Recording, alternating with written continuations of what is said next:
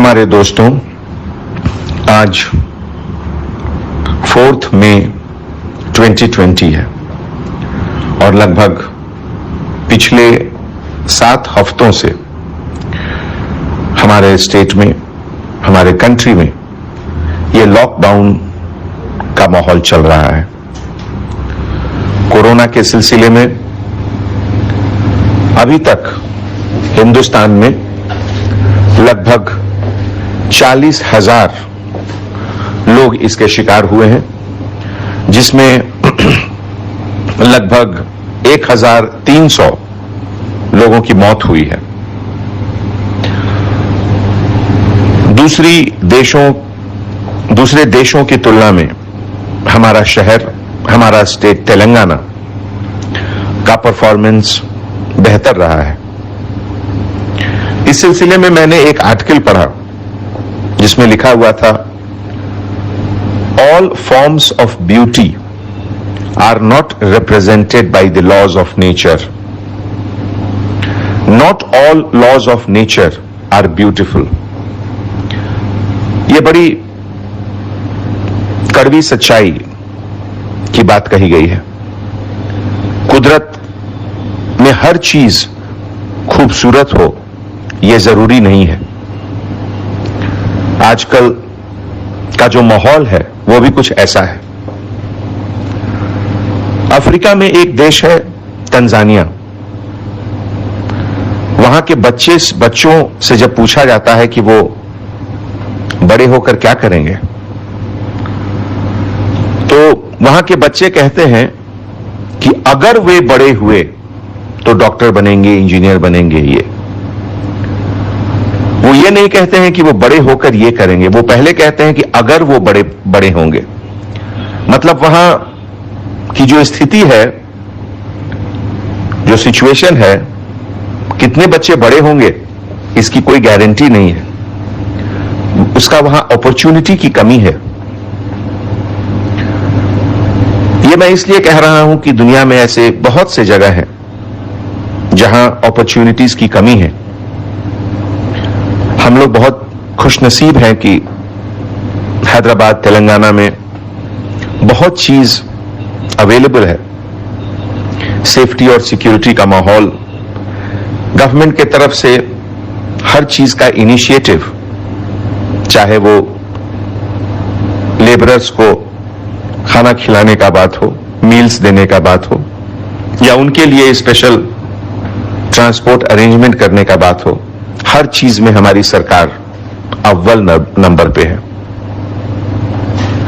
तो ऐसे से इस हालात में आपकी हमारी जिम्मेवारी भी कुछ बनती है। ये कोविड-19 की शुरुआत चाइना से हुई और ये कैसे कहां कहां फैला, उसको हम लोग बदल नहीं सकते हैं। शुरुआत और ग्रोथ को हम लोग नहीं बदल सकते हैं, लेकिन ये कैसे खत्म होगा वो जरूर हम लोग डिसाइड कर सकते हैं। अगर आप और हम मिलकर ये सोच लें कि हम सोशल डिस्टेंसिंग रखेंगे, प्रिकॉशंस लेंगे, तो ये कोविड-19 कैसे खत्म होगा ये हम और आप मिलकर डिसाइड कर सकते हैं। गुजरे हुए दिनों को हम लोग नहीं बदल सकते हैं, लेकिन आने वाले दिनों को हम बदल सकते हैं अगर हमारे पास सेल्फ डिसिप्लिन है, सेल्फ कंट्रोल है। मैं एक छोटा सा एग्जाम्पल देना चाहूंगा। एक गरीब देश है वियतनाम। बड़ा जांबाज है वहां के लोग। एक बार उन्होंने अमेरिका को हराया युद्ध में, एक बार उन्होंने चाइना को हराया, और अब वो गरीब देश कोरोना को भी जंग में हरा चुका है। वहां का एक शहर है हो ची मिन्ह सिटी, हैदराबाद से भी ज्यादा बड़ा शहर है वो। केवल सोशल डिस्टेंसिंग से, कंप्लीट लॉकडाउन से वो एक गरीब देश इस कोरोना के जंग को जीत चुका है। और जबकि वही दूसरी तरफ दुनिया का सबसे अमीर, सबसे ताकतवर देश अमेरिका, न्यूयॉर्क में हर दिन इस जंग से हार रहा है, इसीलिए कि वहां सोशल डिस्टेंसिंग लोग नहीं कर रहे हैं। दोस्तों, हवा के खिलाफ ही पतंग ऊपर जाती है, हवा के खिलाफ ही एरोप्लेन भी आसानी से ऊपर जाती है। एक नई दुनिया, एक नई मुश्किल के बाद जब निकलेगी, तो मुझे याद दिलाता है ये 15th सेंचुरी में यूरोप में एक ब्लैक प्लेग आया था, पेंडेमिक। बहुत लाखों लोग मरे थे। उसके बाद एक नई जागृति, रेनेसां जिसको कहते हैं, रीअवेकनिंग की शुरुआत हुई थी। एक नया नजरिया हर चीज के बारे में निकला था।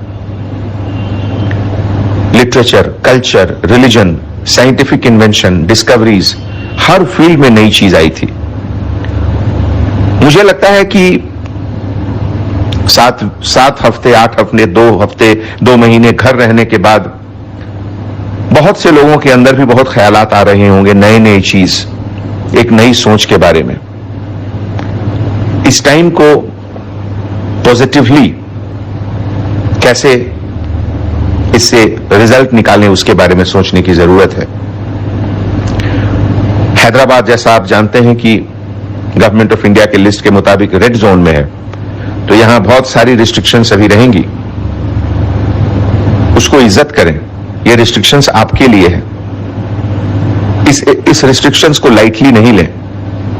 अभी ऑटो पर कंप्लीट बैन रहेगा, बाइक में केवल 1 आदमी बैठ सकते हैं, कार में ड्राइवर के अलावा 2। कंस्ट्रक्शन कंपनीज जहां जहां शुरुआत हो रही है काम, वहां सोशल डिस्टेंसिंग जरूरी है, चेहरे पर मास्क लगाना भी जरूरी है। मैं आपको एक एग्जाम्पल देता हूं कि हमारे अंबरपेट के रहने वाले एक पुलिस कांस्टेबल, उनके फैमिली के 6 लोग को इन्फेक्शन हुआ। तकलीफ की बात है,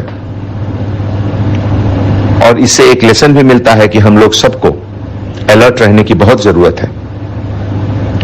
हमारे सभी पुलिस ऑफिसर्स, डॉक्टर्स, हम लोग सब फ्रंट लाइन वॉरियर्स हैं, और हम लोग इस जंग को उसी वक्त जीतेंगे जब 100% आपका सपोर्ट हमारे साथ होगा। तो आइए हम लोग एक कसम लें कि सोशल डिस्टेंसिंग हम लोग 100% फॉलो करेंगे, और जल्द से जल्द इस जंग में हम लोग मिलकर कोरोना वायरस को हराकर अपने शहर, अपने स्टेट को जल्द से जल्द नॉर्मल बनाएंगे। बहुत बहुत शुक्रिया। Anjani Kumar, commissioner of police, Hyderabad.